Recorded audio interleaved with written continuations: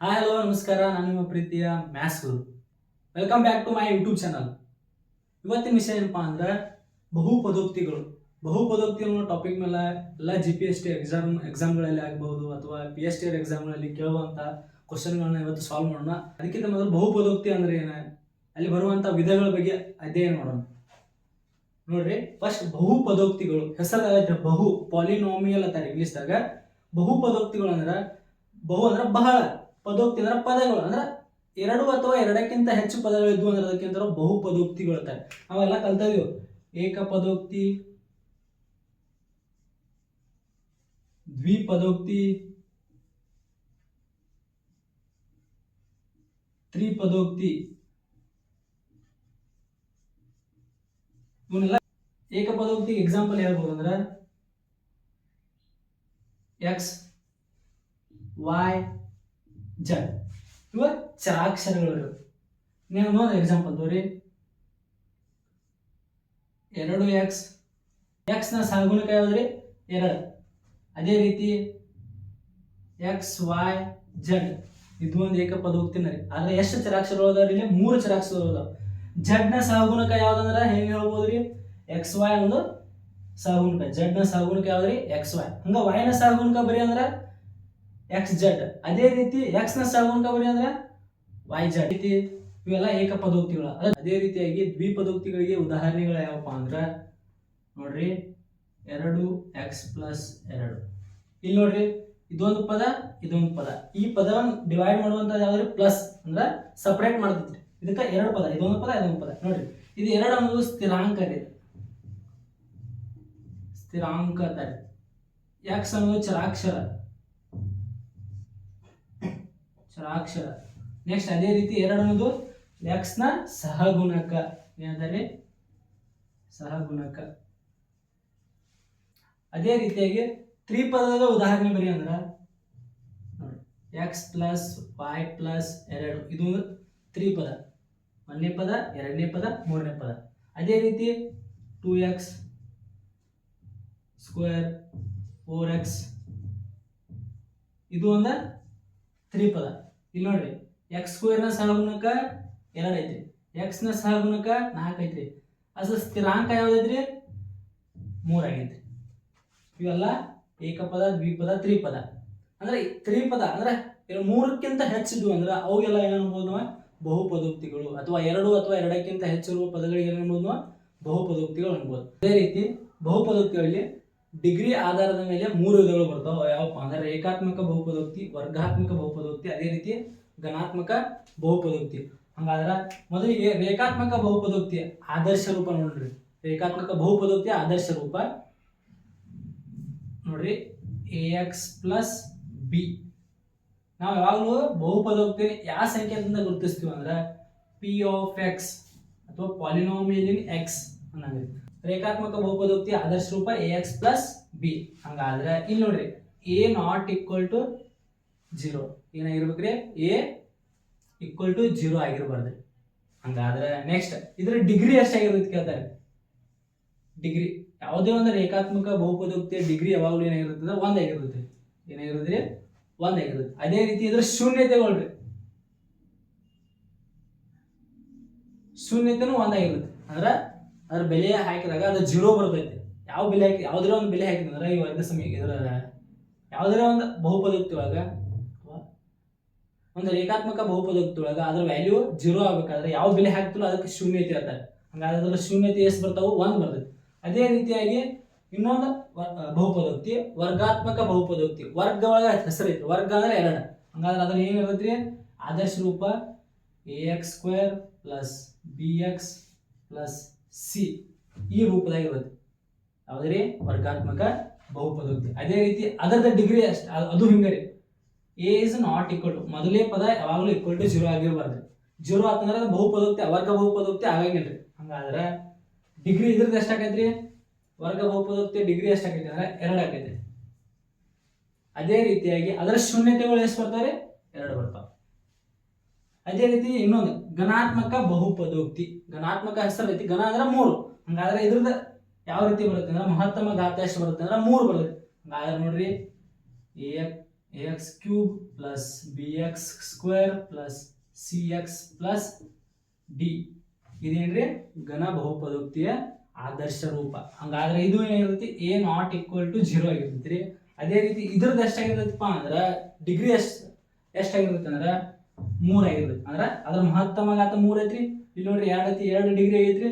ಇಲ್ಲಿ ಏನೂ ಇರ್ಲಿಕ್ಕೆ ಅಂದ್ರೆ 1 ಇರ್ತೈತಿ. ಹಂಗಾದ್ರೆ ಡಿಗ್ರಿ ಎಷ್ಟಾತ್ರಿ 1 ಐತಿ. ಹಂಗಾದ್ರೆ ಶೂನ್ಯತೆ ಎಷ್ಟು 1 ಆಗಿತ್ತು. ಅದೇ ರೀತಿ ವರ್ಗಾತ್ಮಕ ಬಹುಪದೋಕ್ತಿ ಶೂನ್ಯತೆ 2 ಆಗಿತ್ತು. ಹಂಗಾದ್ರೆ ಘನಾತ್ಮಕ ಶೂನ್ಯತೆ ಎಷ್ಟಾಗ್ಬೋದ್ರಿ ಅದು ಕೂಡ 3 ಆಕೈತಿ.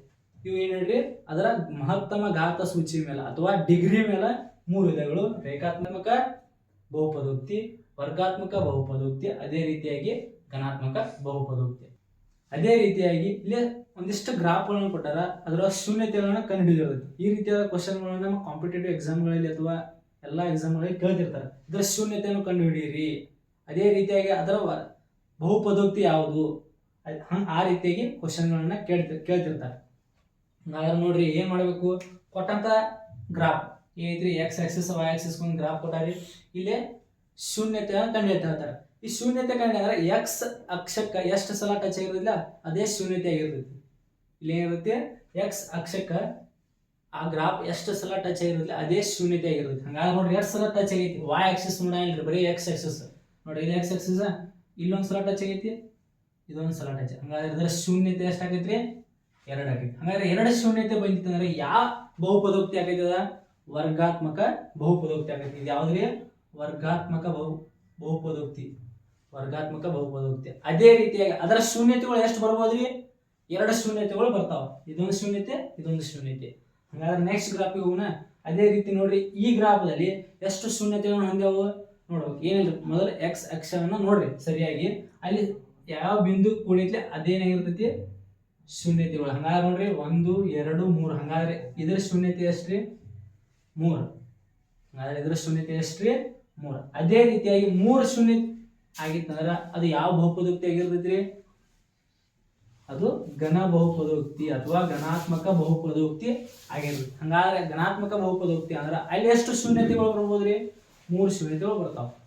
ಹಂಗಾದ್ರೆ ನೋಡ್ರಿ ಇನ್ನೊಂದು ಕ್ವಶನ್ ಕೇಳೋಣ. ಇಲ್ಲೊಂದು ಗ್ರಾಫ್ ಅಂತ ನೋಡ್ರಿ, +1ಕ್ಕಿಂತ ಕಡಿಮೆ ಇರುವ ಶೂನ್ಯತೆಗಳು. +1ಕ್ಕಿಂತ ಕಡಿಮೆ ಇರುವ ನೋಡ್ರಿ, +1ಕ್ಕಿಂತ ಕಡಿಮೆ ಇರ್ಬೇಕು. +1 ಇದೈತಿ ನಮ್ಮ ಕಡೆ, ಈ ಅಕ್ಷರ +1 ಕೊಟ್ಟಂಗಿರ್ಲಿ. ಹಂಗಾದ್ರೆ +1ಕ್ಕಿಂತ ಕಡಿಮೆ ಇರ್ಬೇಕು. ಅಂದ್ರೆ ಕಡಿಮೆ ಇರುವಂತ ನೋಡ್ರಿ ಟೋಟಲ್ ಆಗಿ ನೋಡ್ರಿ ಅಂದ್ರೆ 3 ಸಲ ಟಚ್ ಆಗೈತದ. ಹಂಗಾದ್ರೆ ಶೂನ್ಯತೆ 3 ಅಲ್ರಿ. ಇಲ್ಲಿ ಏನಾದ್ರು +1ಕ್ಕಿಂತ ಕಡಿಮೆ ಇರುವ ಶೂನ್ಯತೆ ಅಂದ್ರೆ +1ಕ್ಕಿಂತ ಕಡಿಮೆ ಇರುವ ಶೂನ್ಯತೆ ಎಷ್ಟಿದಾವ್ರಿ 1 2. ಹಂಗಾದ್ರೆ ಇದೇನಾಗೈತ್ರಿ 2 ಶೂನ್ಯತೆಯನ್ನು ಹೊಂದೈತಿ. +1ಕ್ಕಿಂತ ಕಡಿಮೆ ಇರುವ ಎಷ್ಟು ಶೂನ್ಯತೆ ಹೊಂದೈತಿ ಅಂದ್ರೆ 2 ಶೂನ್ಯತೆಗಳನ್ನ ಈ ಗ್ರಾಫ ಹೊಂದೈತಿ. ಘನಾತ್ಮಕ ಬಹುಪದೋಕ್ತಿ ಆದರ್ಶ ರೂಪ ಏನ್ರಿ ax² + bx + c. ಅದೇ ರೀತಿ ಒಂದು ಸೂತ್ರ ಬರುತ್ತೆ.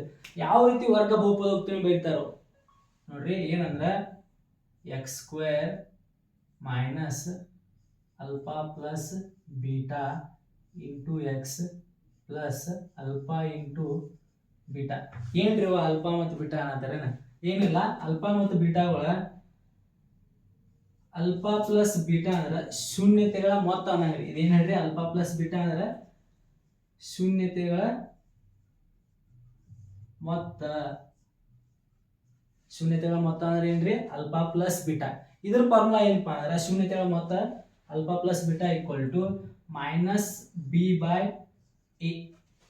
ಅಲ್ಫಾ ಪ್ಲಸ್ ಬೀಟಾ ಏನ್ರಿ -b/a. ಅದೇ ರೀತಿಯಾಗಿ ಅಲ್ಫಾ ಇಂಟು ಬೀಟಾ ಅಂತ ಬಂದಿದ್ರಿ ಇಲ್ಲಿ. ಅಲ್ಫಾ ಇಂಟು ಬೀಟಾ ಅಂದ್ರೆ ಶೂನ್ಯತೆಗಳ ಗುಣಲಬ್ಧ. ಶೂನ್ಯತೆಗಳ ಗುಣಲಬ್ಧ ಅಲ್ಫಾ ಇಂಟು ಬೀಟಾ = c/a. ಈ ಫಾರ್ಮುಲಾ ಯೂಸ್ ಮಾಡ್ಕೊಂಡ ನಾವು ಶೂನ್ಯತೆಗಳ ಮೊತ್ತ ಮತ್ತು ಗುಣಲಬ್ಧಗಳನ್ನು ಕಂಡುಹಿಡಿಯಬಹುದು. ಯಾವ್ದ್ರಿ alpha plus beta -b/a, alpha into beta c/a. ಈ ಫಾರ್ಮುಲಾಗಳು. ಅದೇ ರೀತಿ ಇದೊಂದು ಏನ್ರಿದ ಅಲ್ಫಾ ಪ್ಲಸ್ ಬೀಟಾ ಮತ್ತು ಅಲ್ಫಾ ಇಂಟು ಬೀಟಾ ಕೊಟ್ಟಾಗ ವರ್ಗ ಸಮೀಕರಣ ಯಾವ ರೀತಿ ಕಂಡುಹಿಡಿಬೇಕು ಅಂದ್ರೆ ಈ ಸೂತ್ರದ ಮೂಲಕ ಕಂಡುಹಿಡಿಬೇಕು. ಒಂದು ಸ್ವಲ್ಪ ಎಕ್ಸಾಂಪಲ್ ಬಿಡಿಸೋಣ. ಅದೇ ರೀತಿ ಒಂದು ಎಕ್ಸಾಂಪಲ್ ನೋಡ್ರಿ, 3p² = 4 - 2p ಬಹುಪದೋಕ್ತಿಗಳಲ್ಲಿ ಶೂನ್ಯತೆಗಳ ಮೊತ್ತ ಮತ್ತು ಶೂನ್ಯತೆಗಳ ಗುಣಲಬ್ಧವನ್ನು ಕಂಡುಹಿಡಿಯೋಣ. ಹಂಗಾದ್ರೆ ನೋಡ್ರಿ ಯಾವ ರೀತಿ ಕಂಡುಹಿಡಿಬೇಕು. ಇನ್ನು ಫಸ್ಟ್ ಆದರ್ಶ ರೂಪದ ಬರ್ಕೋಬೇಕು. ವರ್ಗ ಸಮೀಕರಣದ ವರ್ಗ ಬಹುಪದೋಕ್ತಿಯ ಆದರ್ಶ ರೂಪದ ಬರ್ಕೋಬೇಕು. ಯಾವ ರೀತಿ ಬರ್ಕೋಬೇಕಂದ್ರೆ ನೋಡ್ರಿ, 3p² ಕೊಟ್ಟಂತ ಟರ್ಮ್ಗಳೆಲ್ಲ ಈ ಕಡೆ ತೊಗೊಂಡ್ಬರ್ತೀನಿ ರೀ. ಏನಾಕೈತಿ ಪ್ಲಸ್ 2p, ಯಾಕಂದ್ರೆ ಮೈನಸ್ 2p ಐತಿ, ಈ ಕಡೆ ಬರ್ತಾರೆ ಪ್ಲಸ್ 2p ಆಕೈತ್ರಿ. ಅದೇ ರೀತಿಯಾಗಿ -4 ಇದೊಂದು ಏನಾತ್ರಿ ಬಹುಪದೋಕ್ತಿ ಇತ್ತು, ವರ್ಗ ಬಹುಪದೋಕ್ತಿ ಆತ್ರಿ. ಹಂಗಾದ್ರೆ ನೋಡ್ರಿ ಇದು ಆದರ್ಶ ರೂಪ ಬರೀತೀನ, ax² + bx + c ಆದರ್ಶ ರೂಪ. ಅದ ಟರ್ಮ್ a ಜಾಗದಾಗ ಏನೈತಿ 3 ಐತಿ, b ಜಾಗದಾಗ 2 ಐತಿ, c ಜಾಗದಾಗ -4 ಐತಿ. ಹಂಗಾದ್ರೆ ನೋಡ್ರಿ a = 3, ಅದೇ ರೀತಿಯಾಗಿ b = 2, c = -4. ಹಂಗಾದ್ರೆ ಏನ್ ಕೇಳಿದ ಶೂನ್ಯತೆಗಳ ಮೊತ್ತ ಶೂನ್ಯತೆಗಳ ಗುಣಲಬ್ಧ. ಯಾವ ರೀತಿಯಾಗಿ ಒಂದು ಫಾರ್ಮುಲಾ ಐತೆ, ಶೂನ್ಯತೆಗಳ ಮೊತ್ತ = ಆಲ್ಫಾ ಪ್ಲಸ್ ಬೀಟಾ, ಶೂನ್ಯತೆಗಳ ಮೊತ್ತ ಅನ್ನಂಗಿಲ್ಲ. ಆಲ್ಫಾ ಪ್ಲಸ್ ಬೀಟಾ ಅಂದ್ರೆ ಶೂನ್ಯತೆಗಳ ಮೊತ್ತ ಅನ್ನ. ಅಂದ್ರೆ ಏನು ಫಾರ್ಮುಲಾ -b/a. ಮೈನಸ್ b ಅಂದ್ರೆ 2 ಐತಿ ಅಂದ್ರೆ 2 ಬೈತಿ, 2 ಬರ್ತೀನಿ. a ಅಂದ್ರೆ ಏನೈತಿ 3 ಐತಿ. ಹಂಗಾರೆ ರೇಟ್ ಆಗೈತಿ ನೋಡ್ರಿ -2/3. ಏನ್ರಿ ಆ ಶೂನ್ಯತೆಗಳ ಮೊತ್ತ, ಎರಡು ಶೂನ್ಯತೆಗಳ ಮೊತ್ತ ಎಷ್ಟು ಬರ್ತೈತ್ರಿ -2/3 ಬರ್ತೈತಿ. ಅದೇ ರೀತಿಯಾಗಿ ಗುಣಲಬ್ಧ ಮಾಡ್ಬೇಕಾಗಿತ್ತು. ಹಂಗಾದ್ರೆ alpha into beta = c/a. c/a. ಹಂಗಾದ್ರೆ ನೋಡ್ರಿ ಏನಾಗೈತಿ, c ಅಂದ್ರೆ ಏನೈತಿ -4 ಐತಿ, a ಅಂದ್ರೆ ಎಷ್ಟೈತ್ರಿ 3 ಐತಿ. ಹಂಗಾದ್ರೆ ಏನ್ ಬರುತ್ತೆ ನಮ್ಗೆ -4/3 ಏನಾಗೈತ್ರಿ ಆ ಶೂನ್ಯತೆಗಳ ಗುಣಲಬ್ಧ ಆಗೈತ್ರಿ. ಗೊತ್ತಾತ್ರಿ. ಅದೇ ರೀತಿಯಾಗಿ ಇನ್ನೊಂದು ಕ್ವಶನ್ ನೋಡ್ಬರ್ರಿ. ಶೂನ್ಯತೆಗಳ ಮೊತ್ತ ಹಾಗೂ ಗುಣಲಬ್ಧಗಳು ಕ್ರಮವಾಗಿ -3 ಮತ್ತು 2 ಆಗಿರುವ ಒಂದು ವರ್ಗ ಬಹುಪದೋಕ್ತಿ ಕಂಡು ಅಂದರೆ ಶೂನ್ಯತೆಗಳ ಮೊತ್ತ ಮತ್ತು ಗುಣಲಬ್ಧ ಕೊಟ್ಟಾನ್ರಿ.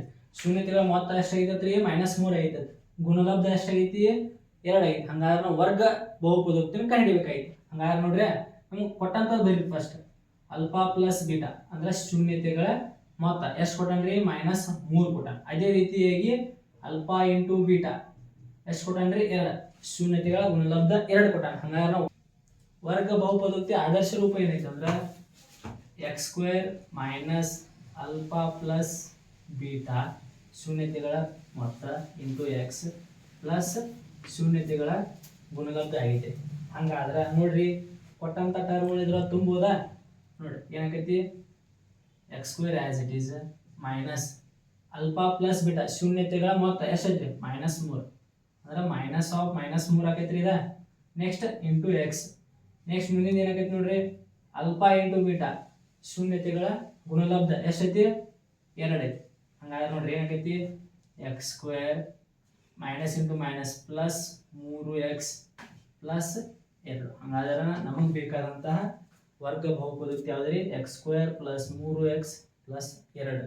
ಹಂಗಾದ್ರೆ ಈ ವಿಡಿಯೋ ಇಷ್ಟ ಆದ್ರೆ ನಮ್ಮ ಯೂಟ್ಯೂಬ್ ಚಾನಲ್ ಸಬ್ಸ್ಕ್ರೈಬ್ ಮಾಡಿ.